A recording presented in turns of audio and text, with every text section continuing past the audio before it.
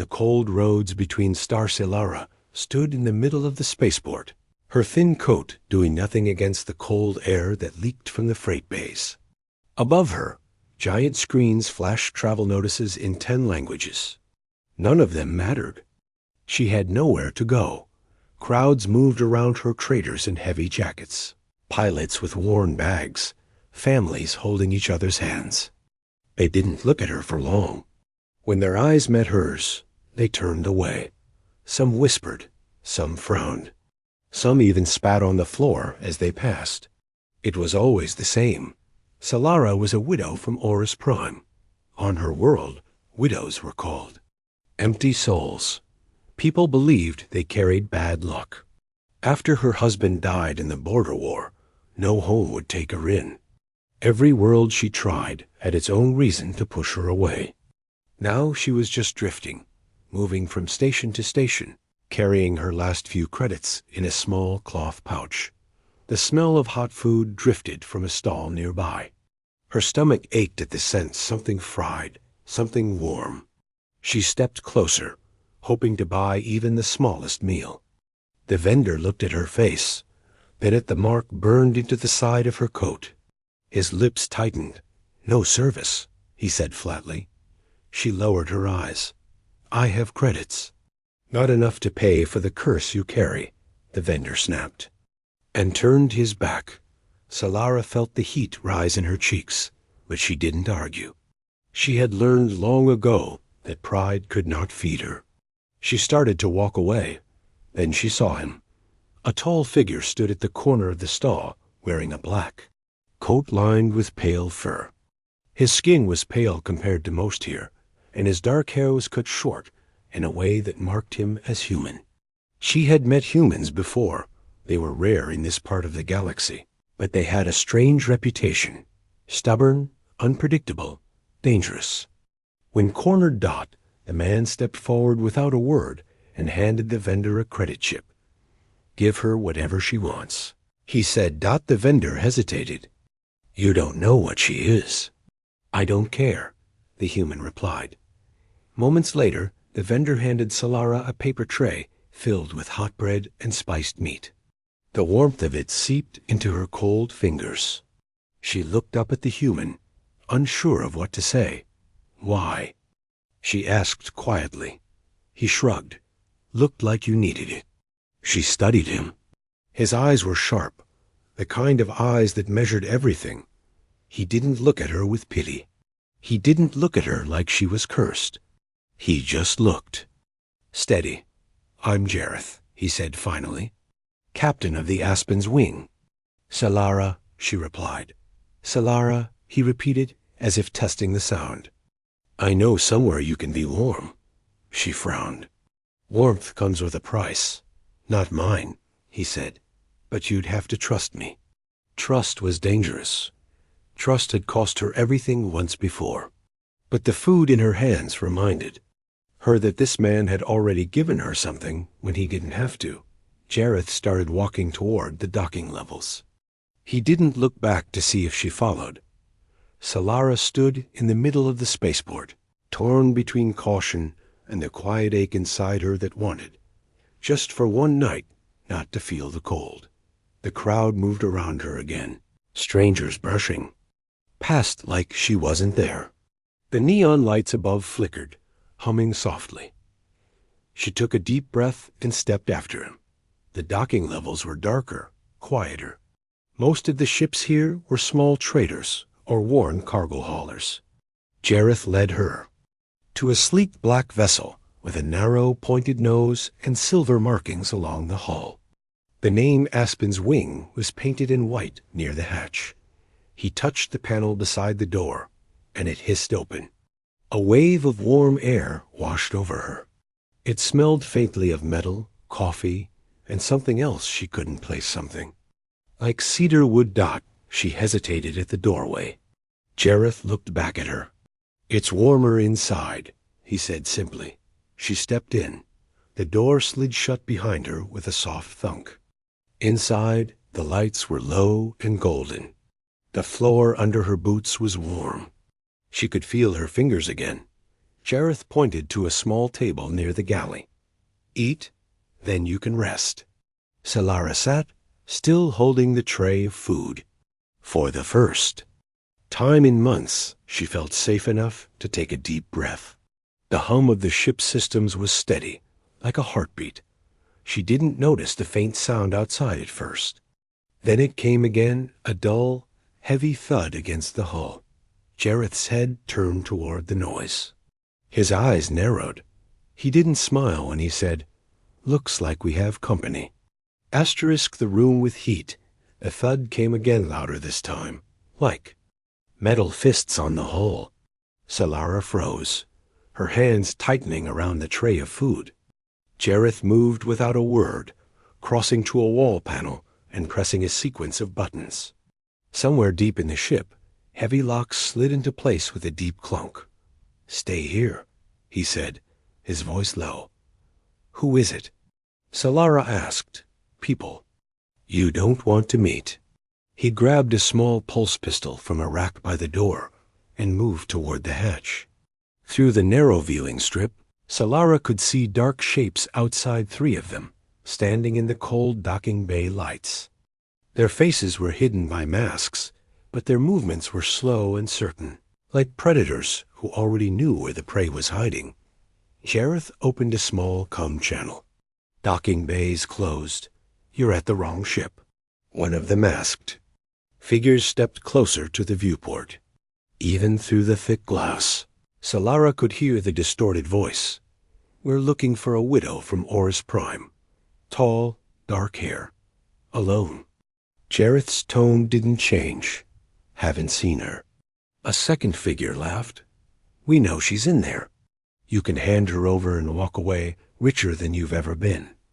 Solara's blood ran cold. The bounty had reached here already. She could see the way they were scanning the air around the ship thermal sensors, searching for her body heat. Jareth didn't move from the hatch. "You've got 10 seconds to walk away." The first figure tilted his head. "Or what?" Jareth hit another button. The ship's defensive lights flared, bright enough to blind anyone looking straight at them. The figures stumbled back, cursing, and by the time their eyes adjusted, Jareth had the hatch half open, just enough to point his pistol out. A single, quiet zap of blue light hit the ground between them. That, Jareth said, was a warning. Shot. For a moment, Solara thought they might rush the door anyway. But then, one by one, they backed off, disappearing into the shadows of the bay. The hatch slid shut, and Jareth locked it again. He holstered the pistol, walked to the table, and sat across from her like nothing had happened. "You're hunted," he said. "That was the cheap kind. The expensive kind will come next." Solara stared at him. "Why? Why would you risk that for me?" He leaned back in his chair, his eyes unreadable. "Because someone once risked it for me. And I remember what it felt like to be cold." Her voice was quiet. "They won't stop." His voice was quieter. "Neither will I." The hum of the ship filled the silence between them. Somewhere outside, the masked figures were telling others where she was. Solara knew she had only 2 choices: leave now and vanish into the station again, or stay and trust this human she barely knew. Jareth stood. "If you want to disappear, I can take you far. Farther than anyone would think to look. But you need to decide now." Solara's fingers curled around the warm bread in her hands. She had been running for so long that the thought of staying warm was almost too much to believe. She looked at him. "Where would we go?" Jareth gave a small, dangerous smile. "Somewhere no bounty hunter likes to travel." The offer no one else made. The Aspen's wing drifted slowly out of the docking bay, her engines humming low so as not to draw attention. Solara sat in the co-pilot's seat, her eyes fixed on the stars ahead. The glow of nearby stations and freighters blurred into streaks of light against the black. She had expected Jareth to head for one of the safe lanes, but instead He steered the ship toward the darker, emptier side of the sector. No traffic. No patrols. Fewer eyes out here, he said. Solara kept her hands folded in her lap. You're not taking me to the authorities? Why would I? Because of the bounty, she replied. You could be rich by morning. Jareth didn't even look at her. I'm already rich in what matters. Warm food, a working ship. Freedom. Credits can't buy that back once it's gone. Before she could answer, the ship's comm system crackled to life. A cold, mechanical voice filled the cabin. Attention. All captains, traders, and registered vessels. New bounty issued. By the Orcs Prime Council. Target. Widow Solara Vey.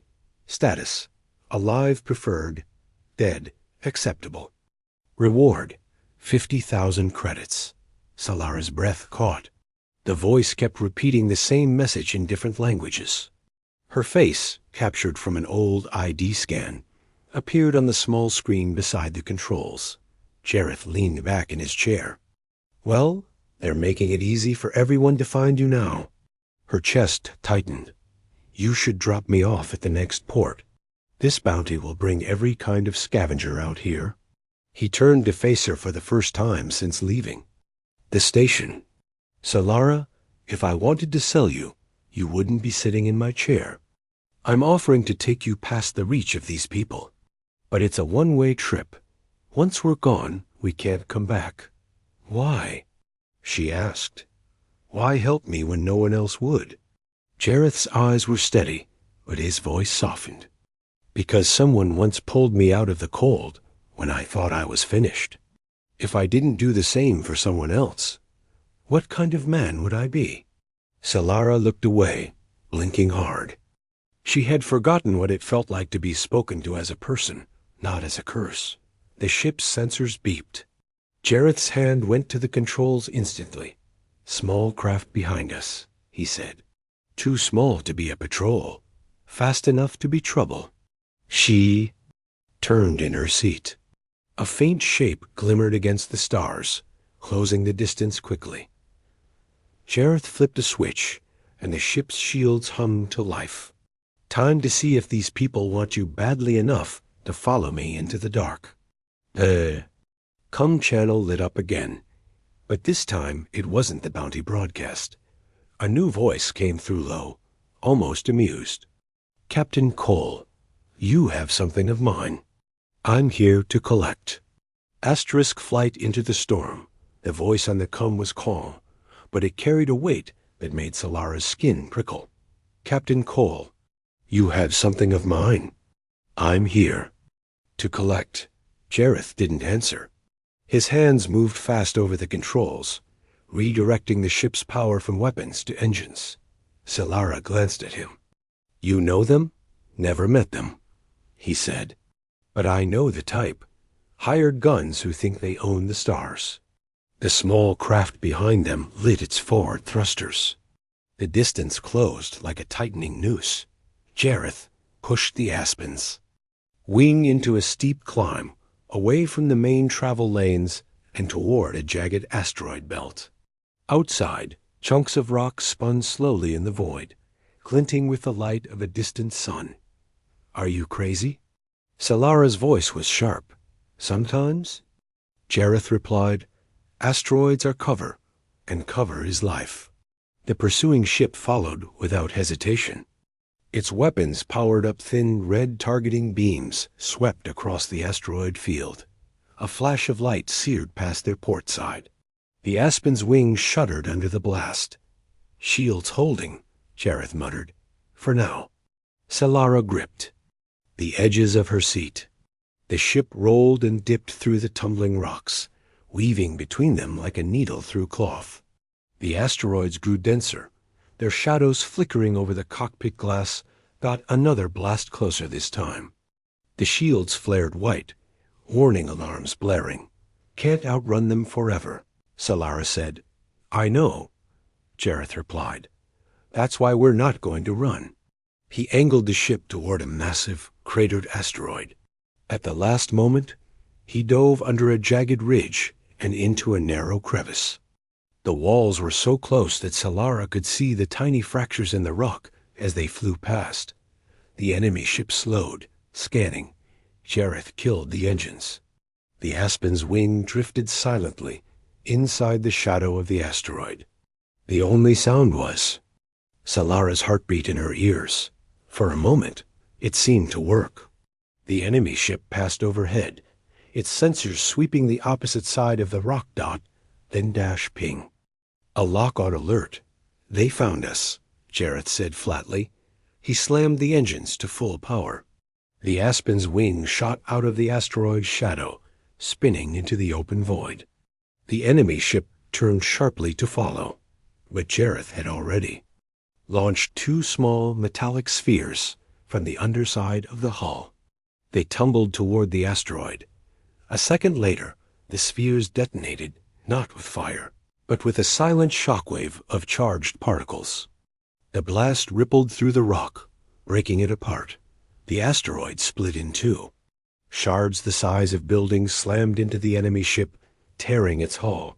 Solara stared as the wreck spun away into darkness. You destroyed them? Not destroyed, Jareth said. Just slowed them down. Long enough to get us off their map. He pushed the ship toward the outer edge of the belt. In the distance, a pale blue moon glowed against the black. We'll stop there, he said. Fix the damage, rest, and then keep moving. Solara looked at him for a long moment. You could have left me back at the station. Jareth didn't. Look away from the stars.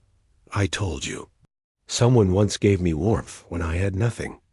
This is me returning the favor. The pale moon grew larger in the viewport, but even as Solara began to feel the first touch of safety, the ship's sensors gave a soft, ominous beep. Another vessel had just entered the system, larger, faster, and directly on their path. Asterisk. The humans stand. The pale blue moon filled half the viewport now, its surface streaked with frozen rivers and jagged cliffs. Solara's shoulders eased slightly until she saw the second blip on the sensor screen. Jareth's eyes narrowed. Not just another scavenger, he muttered. That's a military-grade drive.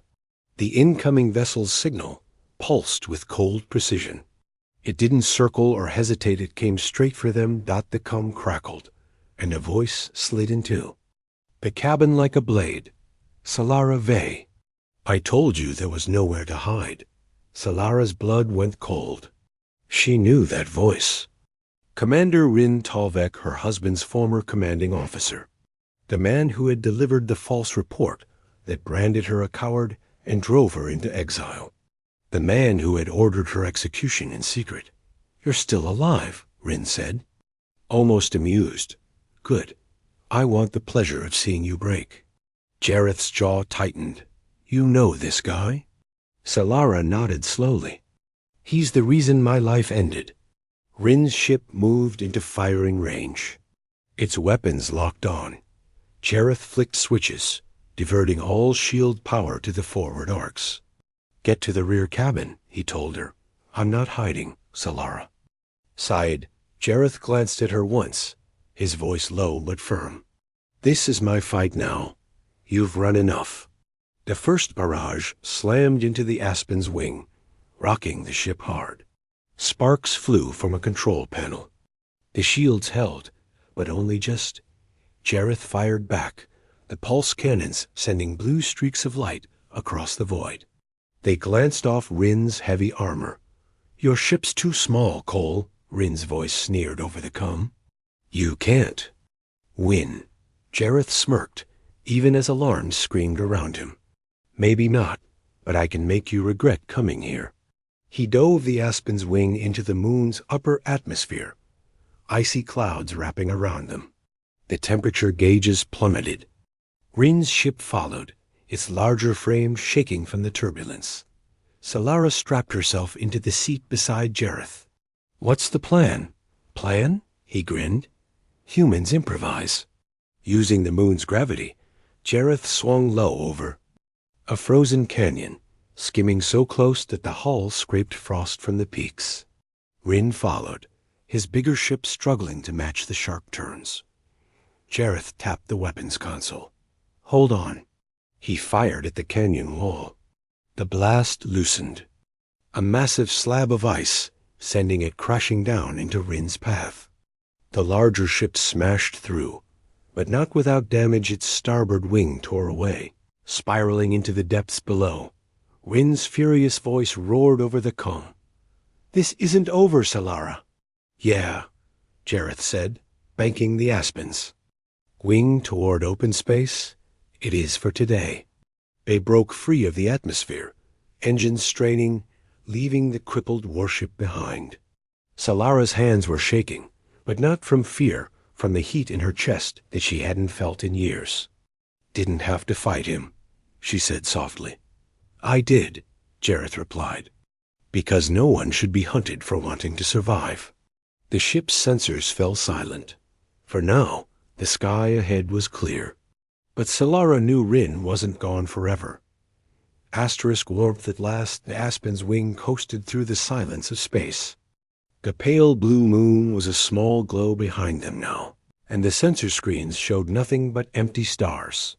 Solara sat by the galley window, holding a steaming mug Jareth had given her. The warmth seeped into her fingers, chasing away the cold that had lived in her bones for months. She watched him at the controls. His movements were steady, confident like a man who had flown through worse storms than anyone could imagine. "Where are we going now?" she asked. He didn't turn. "A place the galaxy forgot. Human colony, far out on the rim. No councils, no bounty boards, no one who cares about titles or curses." Solara hesitated. "They'll accept me?" "Even knowing what I am?" Jareth finally looked at her, his voice calm. "They'll see you as what you are, not what someone told them to believe." Hours later, the colony came into view, a scattering of lights under the shadow of a rocky cliffside. Not sleek towers or shining domes, but sturdy homes built to last against storms. They landed on a flat stretch of ground dusted with frost. The air outside was crisp, smelling faintly of pine from the forests beyond. A small group of humans came to greet them. Their clothes were simple. Their faces were curious, but not cold. "This is Solara," Jareth said, introducing her without hesitation. "She's with me." There was no whispering, no frowning, no turning away. One woman, broad-shouldered, with silver hair, smiled and held out a thick wool cloak. "Looks like you need this more than I do." Solara's throat tightened. "Thank you." They led her to a small cabin with a wood stove in the corner. The fire inside crackled warmly. Jareth helped her set down her small cloth pouch on the hoy. Table dot, she looked around. The walls were plain. The bed was small. But for the first time in years, it felt like a place she could stay. Jareth stood in the doorway. "I'll be nearby. If Rin or anyone comes for you again, they'll have to go through me first." Solara stepped closer, her voice low. "Why are you doing all this?" He met her eyes. "Because no one deserves to freeze alone. And because someone once gave me warmth when I thought I'd lost everything. I'm just passing it forward." Outside, snow began to fall, soft and slow. Inside, the stove's heat wrapped around her like a promise. For the first time in a long time, Solara closed her eyes, not in fear, but in peace. She had found warmth at last. Asterisk.